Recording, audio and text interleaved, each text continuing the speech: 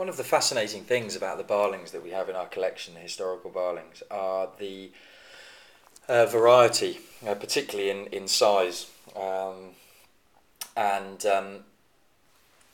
shape of the pipes.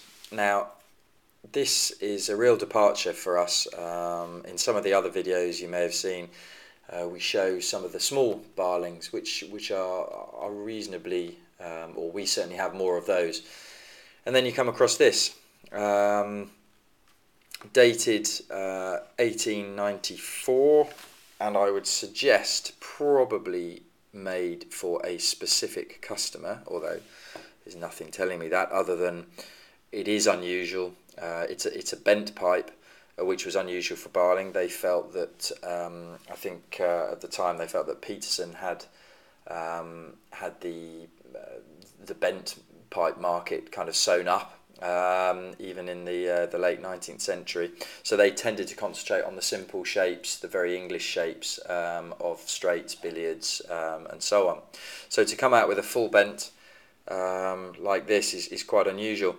I would say it's not one of my favourite pipes. There's something about the size of it that to me doesn't quite work, but it's fascinating because of that. A lot of the typical Barling features, we've got the Barling's make there, and also the EBWB with the hallmarking. That's how it's obviously been dated to the 1890s. Really solid pipe. You can feel the quality of the briar. There's a real density to it. A big bowl, so again, quite unusual. Whether this was made for export to the US market, because already by then the US was showing a tendency towards bigger pipes, I don't know. And then the typical amber mouthpiece.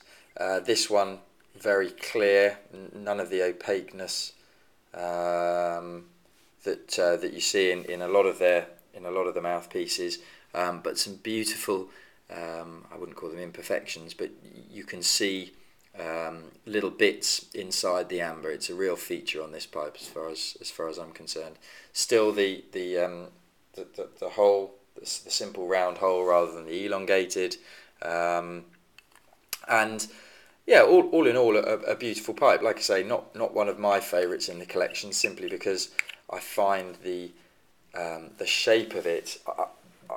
I feel that it's almost too long. The mouthpiece is very stretched out in comparison with a very large bowl.